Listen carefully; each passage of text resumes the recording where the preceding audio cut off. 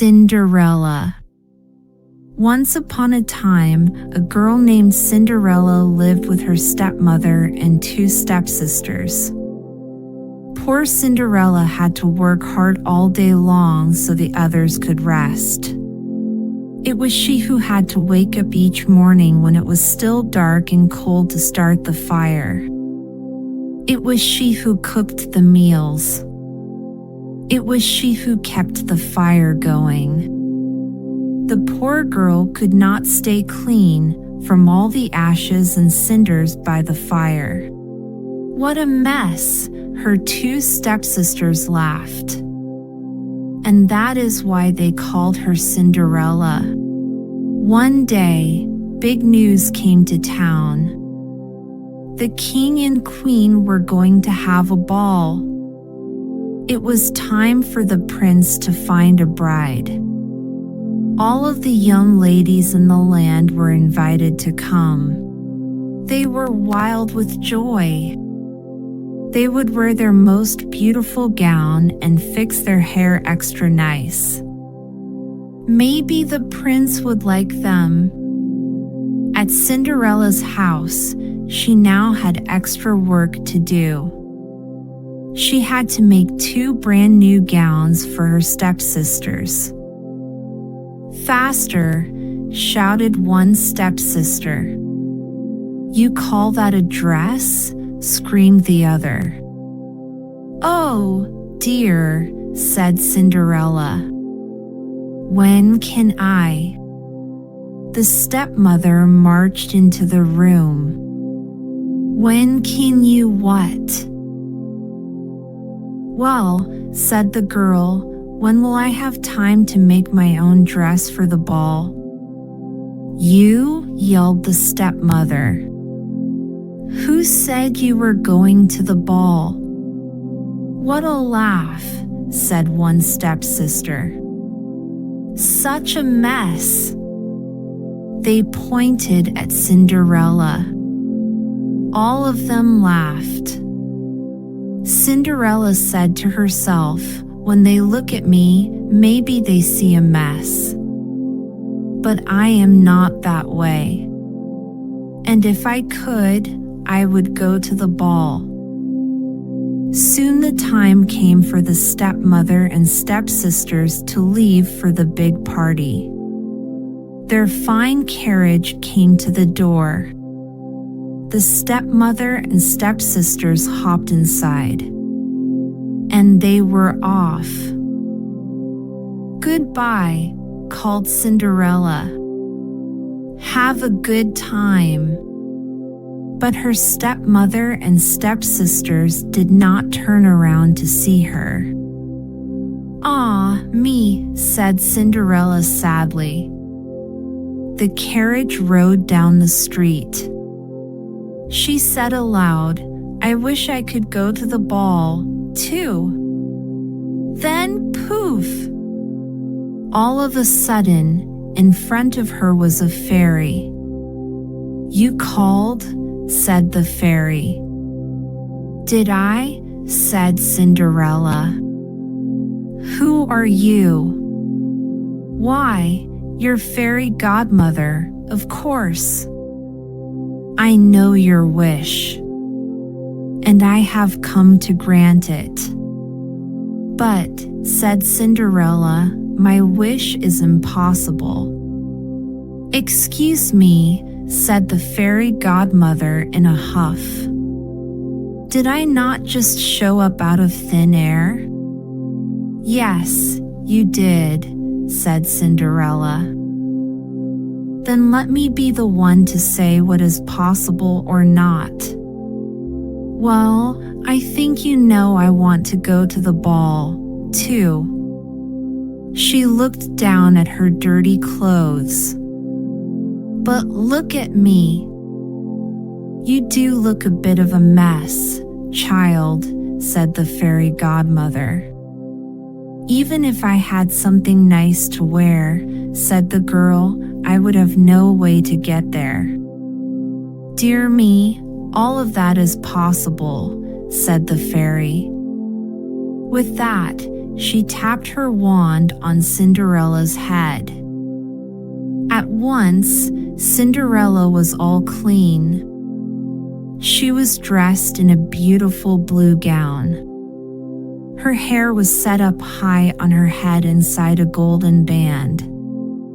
"This is wonderful," said Cinderella. "Who said I was done?" said the fairy godmother. She tapped her wand again. At once, a beautiful carriage came to be with a driver and 4 white horses. "Am I dreaming?" said Cinderella, looking around her.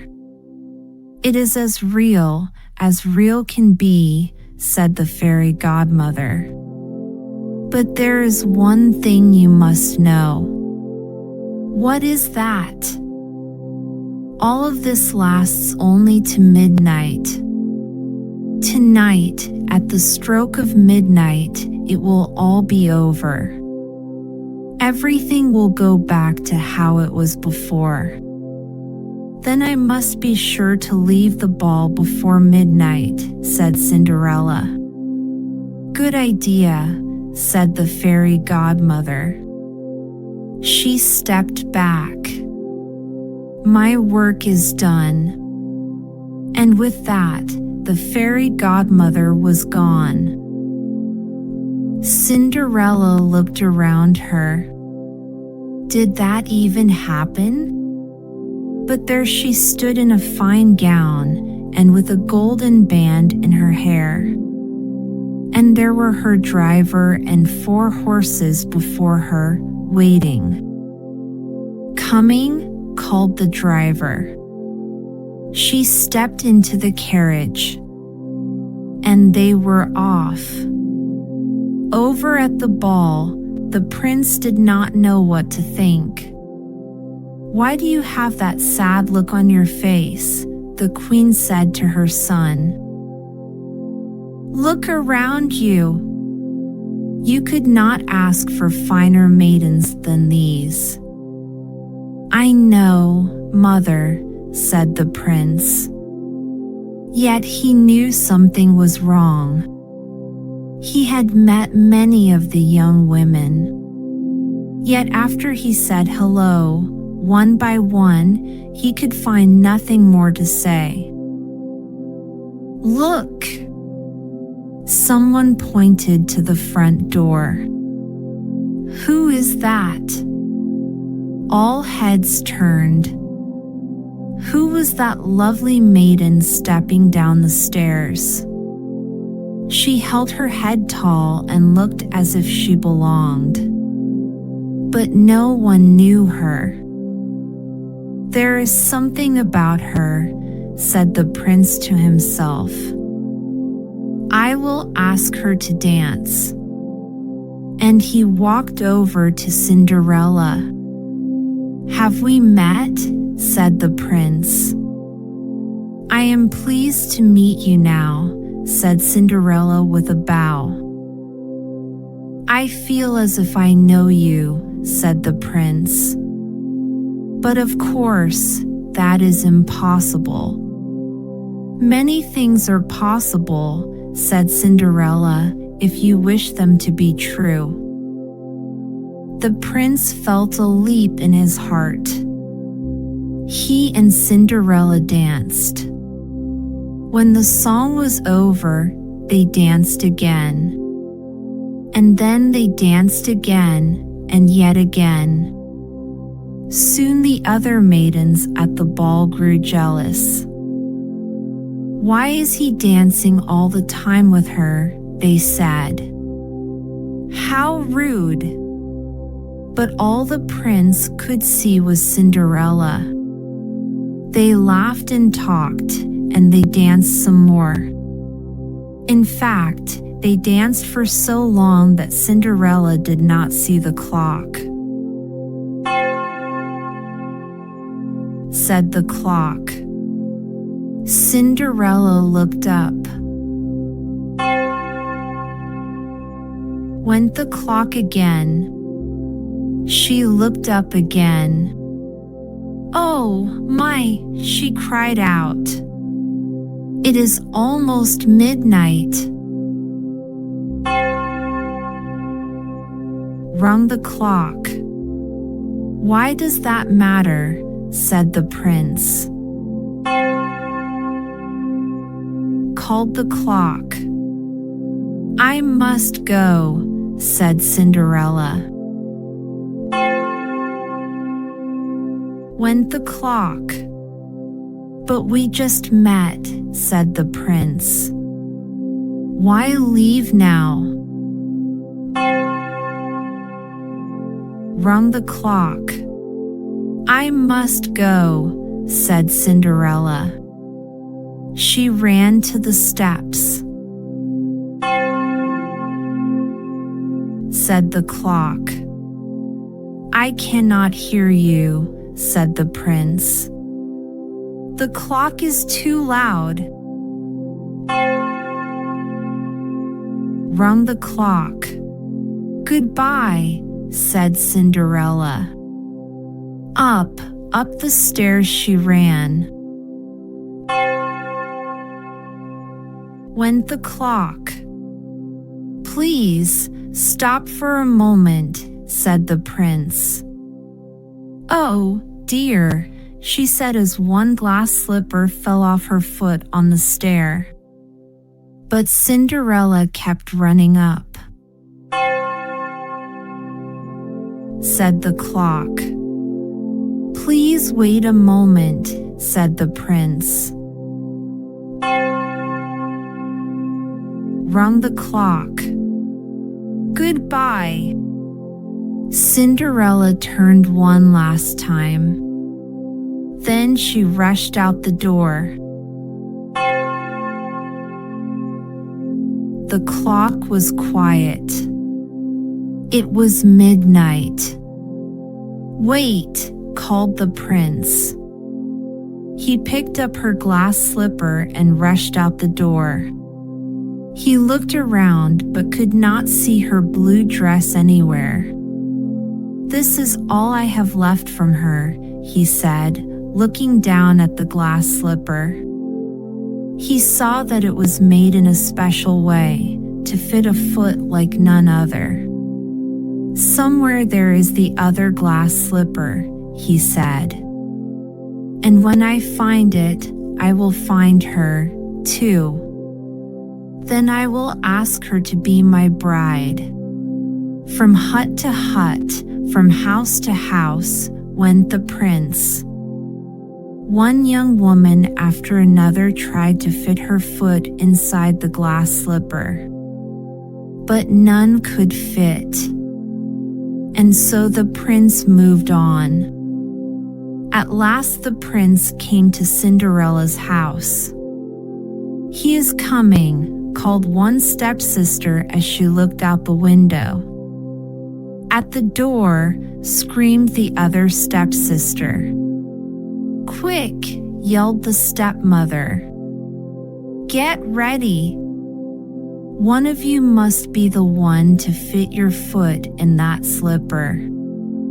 No matter what." The prince knocked. The stepmother flew open the door. "Come in," she said. "I have two lovely daughters for you to see." The first stepsister tried to place her foot in the glass slipper. She tried hard, but it just would not fit.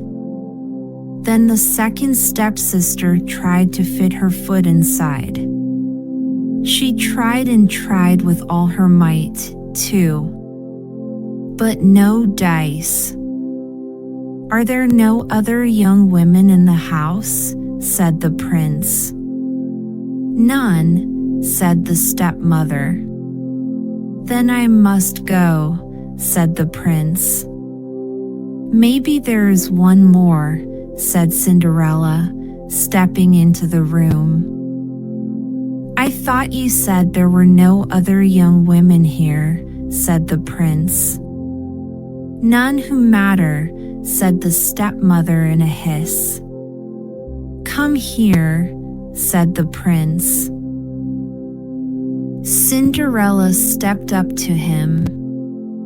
The prince got down on one knee and tried the glass slipper on her foot. It fit perfectly. Then, from her pocket, Cinderella took out something. It was the other glass slipper. "I knew it," he cried. "You are the one." "What?" shouted a stepsister. "Not her," screamed the other stepsister. "This cannot be," yelled the stepmother. But it was too late. The prince knew that Cinderella was the one. He looked into her eyes. He did not see the cinders in her hair or the ashes on her face. "I have found you," he said. "And I have found you," said Cinderella.